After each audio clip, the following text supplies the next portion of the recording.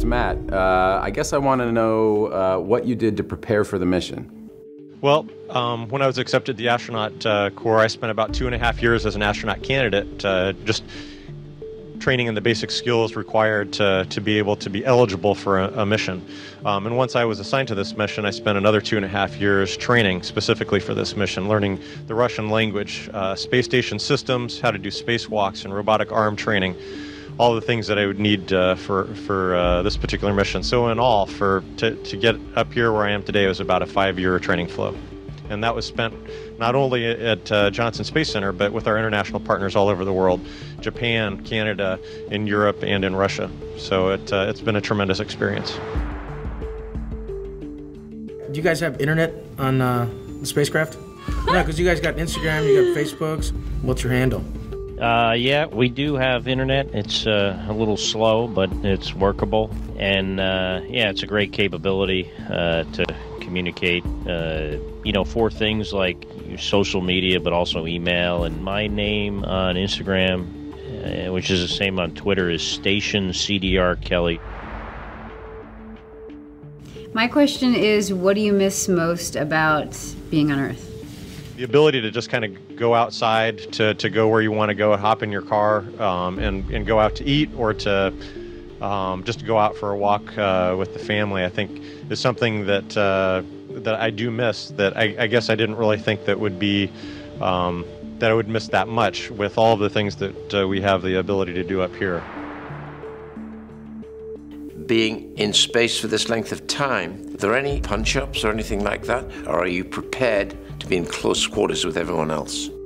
No, I've never encountered that kind of thing.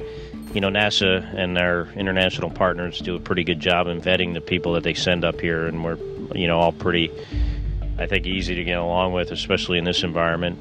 Those things do happen. I've heard, stories of them happening, but I've never experienced it personally. Hello, Commander.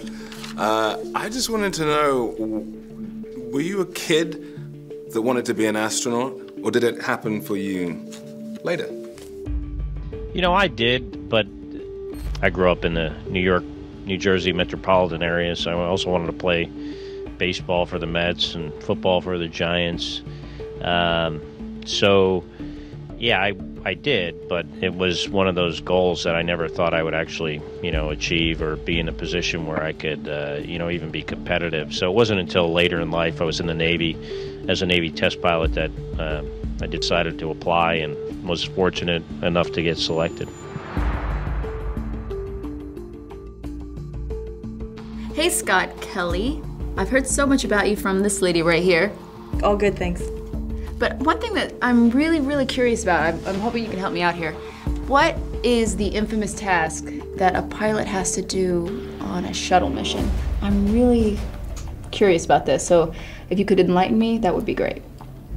I think what Tracy is probably joking about by asking that question and talking about is the fact that the pilot of the space shuttle is responsible for the maintenance of the toilet on the space shuttle.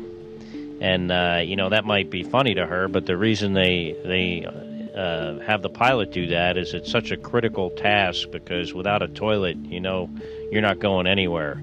So they will only entrust that to the most talented and capable person on a spacecraft. That's really,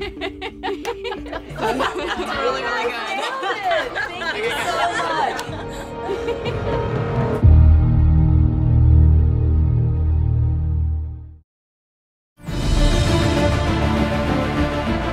Okay, let's do the math.